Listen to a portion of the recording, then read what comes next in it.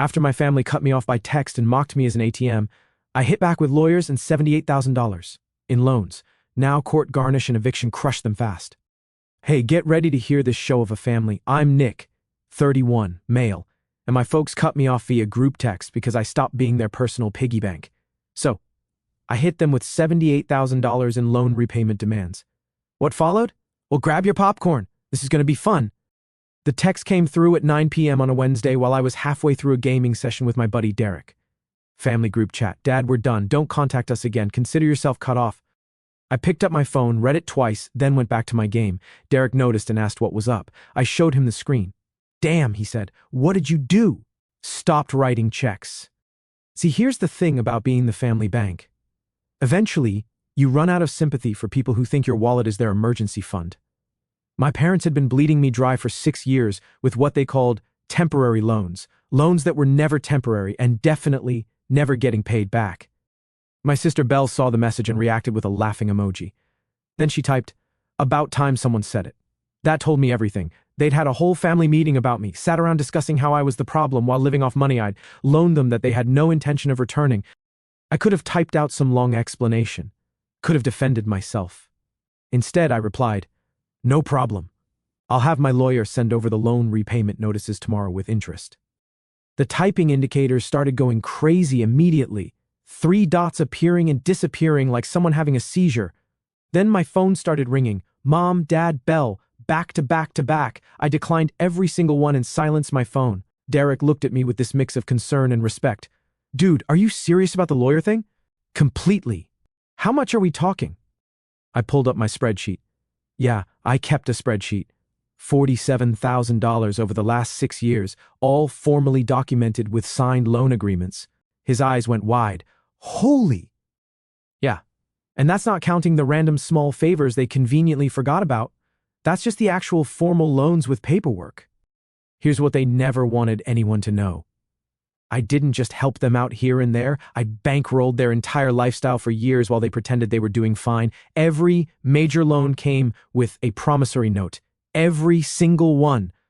Because my grandmother Helen taught me early that family or not, you document everything. Dad had borrowed $18,000 3 years ago for what he called a business investment opportunity. The business never materialized. The investment was apparently a fishing boat he used twice before selling it for half what I gave him. Never paid back a cent. Mom took out $12,000 for medical bills that turned out to be cosmetic procedures she didn't need and couldn't afford. Also never saw a dime back. Belle, the professional makeup artist, had borrowed $17,000 over multiple loans for everything from equipment to rent to emergency car repairs. Her Instagram bio said CEO and founder of some makeup line that didn't exist outside of her bathroom mirror. She'd paid me back exactly $200 once, then asked for another $1,500 the next week. Those 3 major loans, 18, 12, and 17,000, made up the 47 grand I had documented with signatures and terms. There were other small amounts here and there over the years, a couple hundred for utilities, a few hundred for car insurance. But those were harder to prove, and honestly, I didn't even care about that money anymore. The big stuff was enough. I'd been stupid. Not anymore.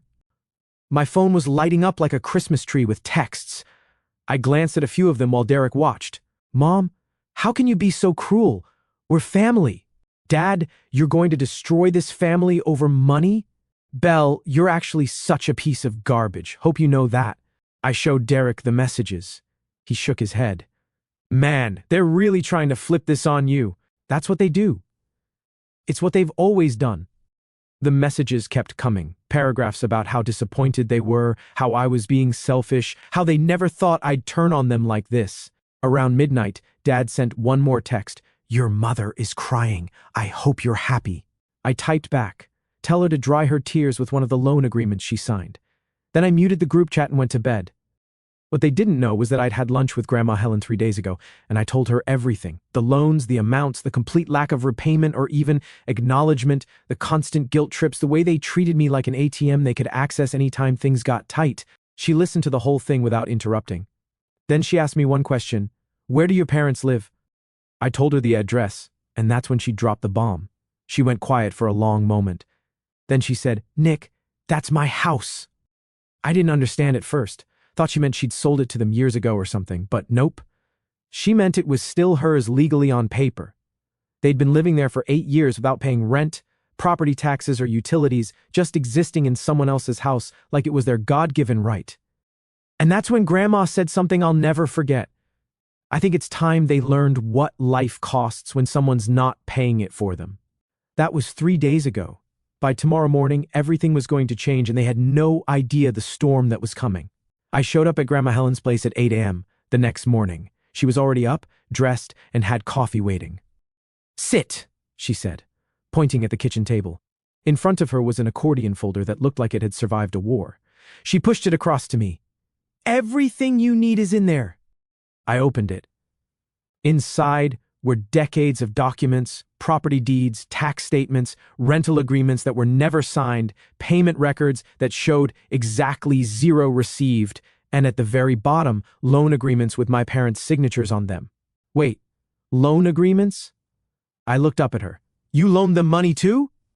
$31,200 over 10 years. Her face didn't move. "They paid me back $800 total once for my birthday like it was a gift." No way. I felt my jaw clench. So it wasn't just me. They'd been running this scam on her for a decade before they even started with me. Why didn't you say anything? Because I was stupid. I thought eventually they'd do the right thing, that something would click, and they'd realize you can't just take and never give back. She took a sip of her coffee. I was wrong. Some people don't learn. They just get better at justifying it. She walked me through the whole thing. Back in 2017, my parents were supposedly in a financial bind. Dad had quit another job, his third in 5 years, because he didn't vibe with the company culture. Mom had stopped working entirely, claiming chronic fatigue that somehow didn't prevent her from shopping or going to wine tastings. They'd asked Helen if they could stay in her rental property for a few months, just until they got back on their feet. She'd agreed, gave them a break on rent, said they could pay utilities and property taxes instead. That was 8 years ago. They'd never paid a single bill. Not one. Over time, they'd started acting like they owned the place. Renovated without asking, planted gardens, invited people over and called it their home. Helen had been too polite to push back, too worried about causing family drama, but the loans were different. Those had paper trails. "I spoke with my attorney yesterday," she said, told him everything. "He said we have grounds for immediate eviction based on breach of rental agreement and non-payment, but the loans," she smiled, "well, the loans give us leverage." She handed me another folder. This one had collection notices already drafted, legal demand letters, court filing templates, everything. We needed to turn my parents' world upside down. "Here's what's going to happen," she said. "We're going to file repayment demands for every loan, every single one. Yours and mine combined. That's $78,200. We're going to give them 30 days to either pay in full or set up a payment plan. And when they don't, then we file in court. We get judgments. We put liens on anything they own.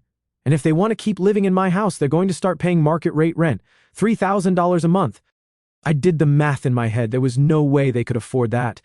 Dad's sporadic income and Mom's non-existent job meant they were barely scraping by, even with me funding them. "They'll lose the house," I said. "Yes. She's been living there rent-free too. She can pay or leave." I sat back in my chair and smiled. For once, I wasn't the one solving their problems. I was the one holding all the cards. "There's something else," Helen said. She pulled out her laptop and turned it toward me. On the screen was a Craigslist ad. Luxury downtown apartment available for short-term rental. $180 per night. Sleeps 4. Pet-friendly. The photos showed a place I recognized immediately. The exposed brick, the industrial lighting, the art on the walls. "That's Belle's room," I said. "That's my house." Helen's voice could have frozen water. She's been renting out rooms on Craigslist and Airbnb, pocketing the money, not telling anyone. My hands clenched into fists. "How long?" "At least 18 months, maybe longer." My neighbor mentioned seeing different cars in the driveway at odd hours, strangers coming and going. I didn't think much of it at first. Then I found the listings. She showed me more, different ads, different platforms. Some listed it as cozy suburban retreat, others as artist's loft space, all featuring rooms in Helen's house, all managed by Belle under fake names. Based on the booking history I could find, she's made at least $15,000 off this, Helen said. Probably closer to $20,000, all while claiming she's struggling and needs loans to survive. I felt rage building. What do you need me to do? Helen smiled again. That same look. Nothing yet. Just be ready. Because when we drop this on them, they're going to come at you hard. They're going to tell everyone you're tearing the family apart. Let them. I'm ready. Good. She closed the folders. The demand letters go out today. Legal eviction notice goes out tomorrow. After that, we wait and watch them scramble. I left her place, feeling something I hadn't felt in years. Power. Not over them, but over my own life.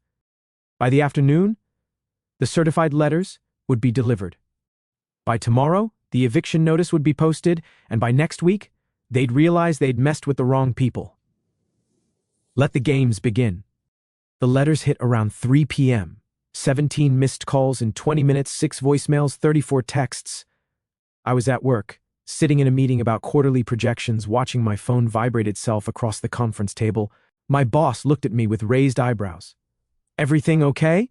Family emergency, I said. I excused myself and stepped into the hallway, opened the messages. Mom, what have you done? We got a letter from a lawyer. Call me now. Dad, if you think you're getting a cent from us, you're out of your mind. We're calling the police. Belle, you're actually trying to sue us? You're seriously that petty? Hope you're proud. I scrolled through them all. Not one acknowledgement of the loans, just outrage that I dared to ask for my money back. Then came a text from a number I didn't recognize. This is your parents' attorney. Please have your lawyer contact me to discuss these frivolous claims. This is bordering on extortion. I screenshotted it and sent it to Helen with a message. They hired a lawyer. She responded immediately, good, mine's better. Around 5 p.m., Derek met me at a diner near my apartment. I needed food and someone to vent to who wasn't going to tell me to work it out or think about family. So, they got the letters, he said. And apparently asking for your money back is extortion now. He laughed. Man, your family is something else. They're about to find out what else I can be. I showed him the eviction notice Helen had sent. 30 days to vacate. Market rate rent or get out. Where are they going to go? Derek asked. Not my problem. Cold. I like that. He grinned. Wait, you don't know half of what they've done. I told him about the Craigslist rentals, how Belle had been making money off Helen's house while crying poverty, how she'd borrowed thousands from me claiming she couldn't make rent when she was literally profiting off someone else's property. Derek's face went from amused to disgusted. That's nasty. That's my sister. My phone buzzed again. This time it was a group text from the extended family. Someone had started a group called Family Crisis and added everyone. Aunt Rose, can someone explain what's happening? Maria called me crying. Uncle Jeff, I'm hearing lawyers are involved over what? Cousin Amy, Nick, why are you suing your parents? And there it was. The smear campaign had started. I typed out a response. I'm not suing anyone. I'm requesting repayment of documented loans per the signed agreements. If they'd like to discuss the $47,000 they owe me, I'm happy to talk. I attached a photo of one of the loan agreements. Dad's signature clear as day. The amount $18,000. The repayment terms 24 months. The date 3 years ago. The group went silent for a solid minute. Then, Uncle Jeff. Holy Cousin Amy. Wait, there are more? I sent another photo. Mom's loan, $12,000. Then Belle's, $6,500 for emergency equipment. Then another of Belle's, $4,200 for rent assistance. Uncle Jeff, what the heck? Then Dad jumped into the group. Those aren't loans. That was family helping family. We never agreed to pay that back. I screenshotted his text and sent another photo, the loan agreement he'd signed, the part where it explicitly stated, borrower agrees to repay in full within 24 months. His signature at the bottom. Your signature says otherwise. Mom joined. You're twisting things. We were in crisis. You offered to help. Now you're using it against us. No, I offered loans. You agreed to terms. You never paid. That's called breach of contract. Belle, you're actually doing this in front of everyone. You're such a vindictive jerk.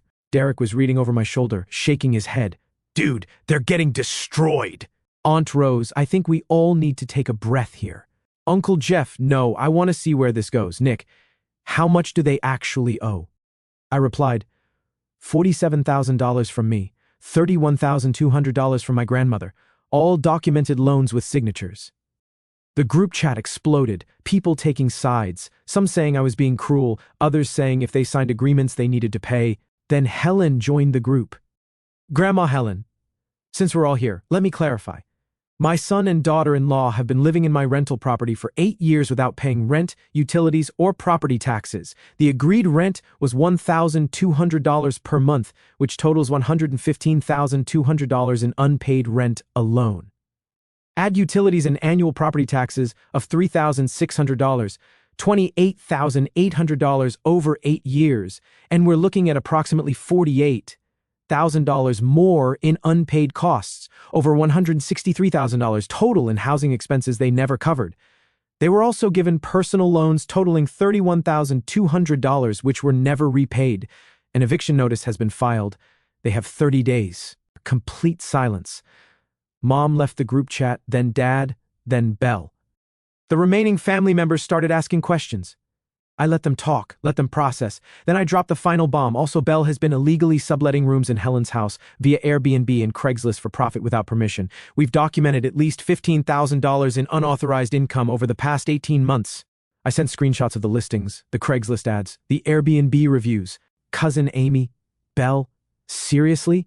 Uncle Jeff, this is fraud. And just like that, the narrative shifted. They went from questioning me to realizing my family had been running scams on multiple people for years. My phone rang. Helen, you're enjoying this too much, she said. Maybe a little.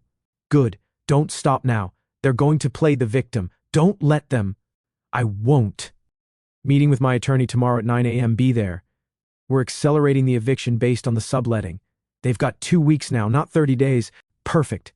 I hung up and ordered another round of fries. Derek clinked his drink against mine. Here's to not being a doormat anymore. I'll drink to that. The next 2 weeks were psychological warfare. My parents went nuclear. First came the Facebook post. Mom wrote this long dramatic thing about how her son had abandoned her in her time of need, how she'd sacrificed everything raising me, and this was how I repaid her. The post got attention. Friends from their church, old neighbors, distant relatives who didn't know the full story. They all commented with support. How could he? And family should come first, and I'm praying for you. I watched it from the sidelines, waiting. Then Helen struck back. She commented on Mom's post with receipts. Maria, for clarity, you've lived in my home for 8 years without paying the agreed-upon rent. You borrowed $31,200 from me with signed agreements to repay within 3 years. Your daughter has been illegally subletting my property for profit. These are facts, not opinions. I've attached the documentation. And she actually did. Posted PDFs of the rental agreement, the loan paperwork, screenshots of Belle's Airbnb account with earnings displayed. The comment section went from supportive to hostile in minutes. People started asking Mom questions she couldn't answer. Someone called her a scammer. Someone else said they were reporting the Airbnb fraud to the IRS. Mom deleted the post an hour later, but screenshots live forever. Cousin Brian had saved it and shared it in the family group with the caption, "In case anyone missed this." Next came the guilt trips, personal, targeted, brutal. Dad called me from a number I didn't have blocked. I answered by mistake. "You're killing your mother," he said. No hello, just that. The stress is too much. If something happens to her, it's on you. Then maybe she should have thought about that before borrowing money she had no intention of repaying. We were going to pay you back. When? In what universe were you going to come up with $47,000? Silence. That's what I thought, I said. Anything else? You used to be a good person. What the heck happened to you? I still am. You're just mad I'm not a doormat anymore. I hung up. Belle tried a different approach. She sent me a message claiming she was getting death threats from crazy people online because of what I'd done. Said she was scared to leave the house. Said she might hurt herself if this continued. I screenshotted her message and sent it to Helen with a note. Manipulation or genuine concern? Helen replied, "Manipulation. She's been posting Instagram stories at restaurants all week." I checked. She was right. Belle's stories showed her out with friends, drinking cocktails, living life. The whole "I'm scared" thing was theater. I sent her one message back. "You still owe $17,000. She didn't respond. The eviction process moved forward. 2 weeks to vacate. Helen's attorney was ruthless. When my parents tried to claim they had tenant rights and couldn't be forced out on short notice, he dropped a folder of evidence showing the illegal subletting, pointed out that running an unauthorized rental business from someone else's property voided any tenant protections they thought they had. They had no legal ground to stand on. The judge approved the eviction, 2 weeks final. That's when things got personal. I came home from work one day to find my apartment door scratched up. Someone had keyed traitor into the metal. Building security footage showed Belle wearing sunglasses and a hood doing it at 2 a.m. I filed a police report, added it to the growing pile of evidence. Then Mom showed up at my work. She walked into the office, asked for me at reception, and when I came down, she tried to make a scene. "Please," she said loud enough for everyone to hear, "don't do this! We'll lose everything!" I kept my voice calm and low. "No, Mom, you need to leave. We're family. Family forgives. Family doesn't steal from each other. How dare you? We didn't steal. You gave—" I loaned. Security showed up and escorted her out. My boss pulled me aside later and asked if I needed to take personal time. I told him I was fine. The family group chat had splintered into factions. Some people supported me. Others thought I was being too harsh. Most just stayed silent and watched the train wreck unfold. Uncle Jeff reached out privately. I've been thinking about all those times they asked me for money. Never gave it to them. Always felt guilty. Not anymore. Cousin Amy sent me a message. Belle asked to borrow $3,000 from me last year. I said no. She never spoke to me again. Now I know why. The support was quiet, but real. Then a week before the eviction date, my parents made their final play. They hired a new lawyer, some flashy guy who specialized in family disputes. He sent a letter threatening to sue me for emotional distress, for elder abuse, for financial coercion. Helen's attorney laughed when he read it. "They've got nothing. This is a Hail Mary." Should I be worried? Only if you're worried about wasting 30 minutes in court watching their case get dismissed. The eviction was happening in 6 days. The court date for the loan repayment was scheduled for 2 weeks after the eviction. Everything was falling into place. Then I got a call from a number I didn't recognize. "Nick, this is Colleen, your dad's sister." Aunt Colleen, I hadn't talked to her in years. She'd moved to Oregon and dropped out of the family orbit. "Hey," I said. "I heard what's happening. I want you to know you're doing the right thing." "Thanks." "No, I mean it. Your father did the same thing to our parents, borrowed money, never paid it back, acted like it was owed to him. I stopped talking to him because of it. Your grandmother bailed him out more times than you know." My stomach dropped. I didn't know that. That's because they don't talk about it. They bury it. They make you feel crazy for remembering. But you're not crazy. You're doing what I should have done years ago. We talked for 20 minutes. She told me stories I'd never heard. How Dad had conned his own mother multiple times, how he'd borrowed from her, friends, how he'd always positioned himself as the victim. It wasn't just me. It was a pattern. And now I understood why Helen snapped too. This wasn't about revenge. This was about breaking a cycle. The morning of the eviction, I didn't go to the house. Helen didn't either. We sent her attorney and a sheriff's deputy to handle it. I was at work trying to focus on a project when my phone started buzzing. Group chat activity, extended family texting. Everyone knew what was happening today. Around noon, Helen's attorney called. "It's done. They're out. Left about an hour ago." "Any issues?" "Your sister threw a makeup palette at the deputy. Missed. Other than that, no." I almost laughed. "Of course she did. Property is empty now. Your grandmother's getting the locks changed this afternoon." "What did they take?" "Everything they could fit in a U-Haul. Left some furniture. Trash everywhere. Couple holes in the walls. Standard spite." "Are we documenting it?" "Already done. Photos, video, the works. If they try to claim they left it in good condition, we've got proof otherwise. They were out. It was real." My phone buzzed. A message from an unknown number. "We're homeless because of you. If anything happens now, it's all your fault." Blocked. They were cycling through phones trying to get to me. I blocked 4 numbers in 10 minutes. Then came a call from Aunt Rose. "Nick, I just talked to your mother. They're in a motel. They don't have anywhere to go. They had 8 years to figure out housing. She's saying they can't afford first month's rent anywhere, that they're going to end up on the street. They should have thought about that before refusing to pay their debts. Can't you just—" "No, Rose. With all due respect, they owe me $47,000. They owe Helen $31,200. They've been living rent-free for 8 years. They've borrowed and stolen and manipulated their way through life, and it finally caught up with them. I'm not the villain here." Silence. "I know," she finally said. I feel bad." "So do I. But feeling bad doesn't change what they did." She sighed. "You're right. I'm sorry for calling."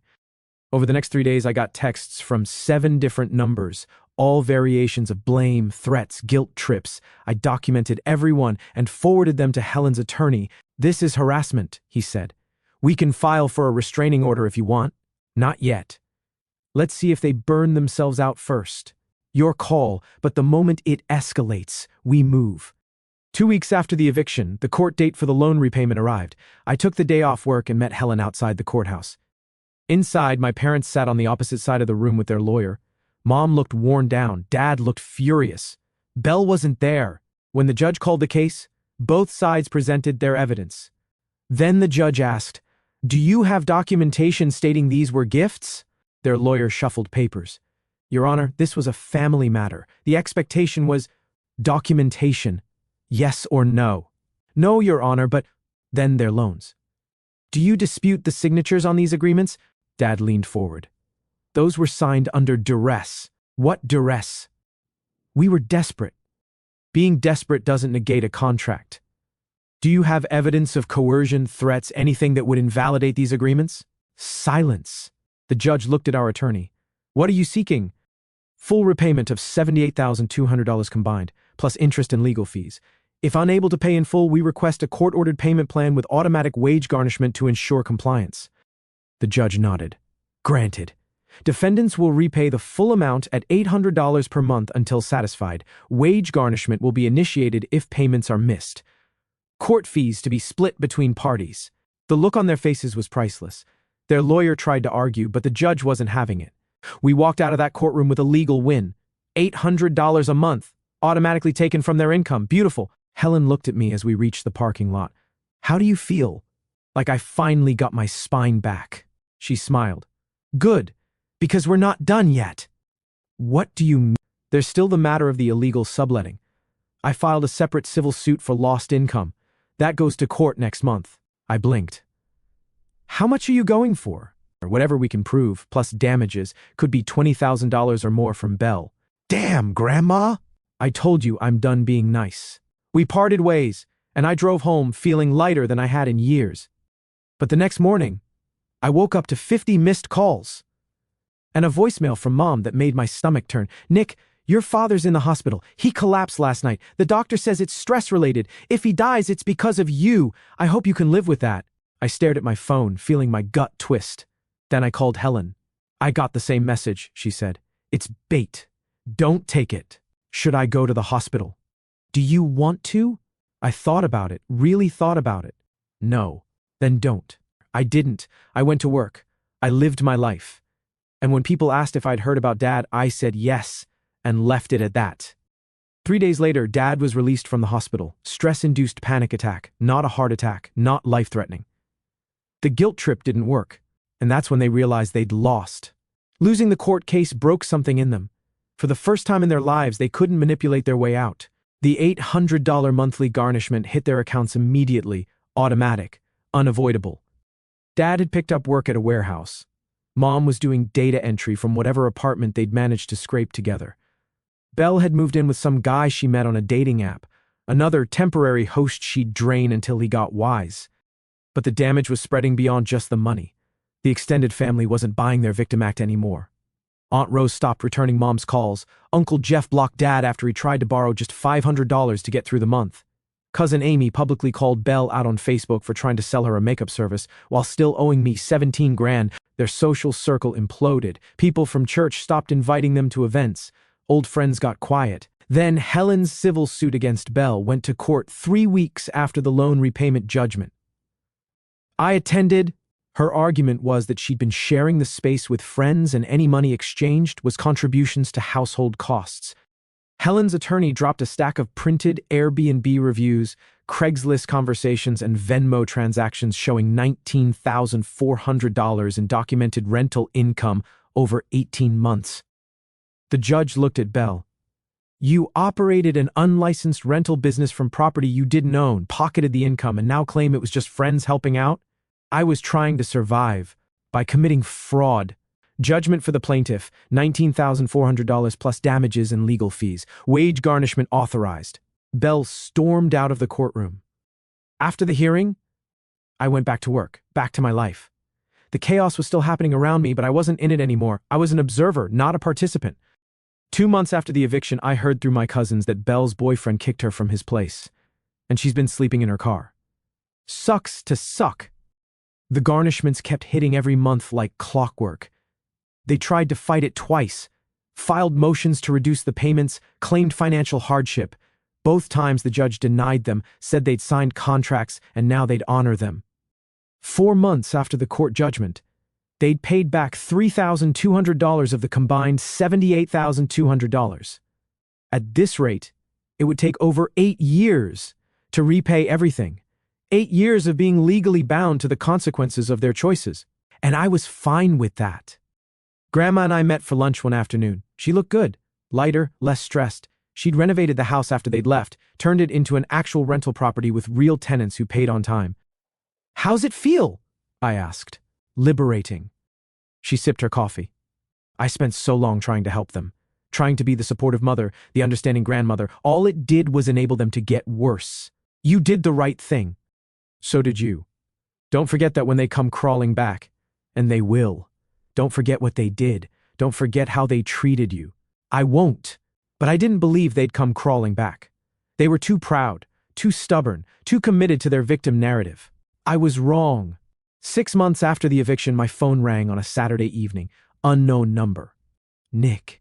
Mom's voice, small, broken. "What? How are you, son?" "Don't call me that. What do you want?" She paused, then said, "Can we talk in person?" "No. Please, I'm asking. I don't have anything to say to you." "Then just listen. That's all I'm asking." She kept ranting for like 2 minutes and asking me to meet. I should have said no, but curiosity won, I guess, so I agreed to meet her tomorrow. The next day, I showed up early at some coffee shop, grabbed a corner table where I could see the door. Derek had offered to come as backup, but I told him I'd be fine. Mom walked in at 12:03. She looked rough, face worn. She'd aged 5 years and 6 months. She sat down across from me without ordering anything. "Thank you for coming." I didn't respond, just waited. Then after the awkward silence, she finally spoke. "I wanted to apologize." "Okay. We were wrong about everything. The loans, the house, the way we treated you, all of it." I leaned back. "What do you want?" "Nothing. I needed to say it." "You said it. Anything else?" She looked down at her hands. "Your father and I are separating." That caught me off guard. "What?" "We can't afford to live together anymore. The garnishments, the rent, everything. We're drowning. We blame each other the whole time. It's over." "Sorry." I wasn't. "Belle's pregnant. She doesn't know who the father is. She's asking us for help, but we don't have anything to give her." "Again, not my problem." "I know. I'm not asking you to fix it. I just thought you should know." We sat in silence for a moment. Then she spoke again, quieter. "You were right about everything. We used you. We took advantage. And when you finally stood up for yourself, we tried to destroy you for it. I don't expect you to forgive me. I just wanted you to know that I see it now, what we did." I studied her face, looking for the manipulation, the angle, but all I saw was exhaustion. "Is that it?" "That's it." I stood up. "Thanks for the apology, but it doesn't change anything.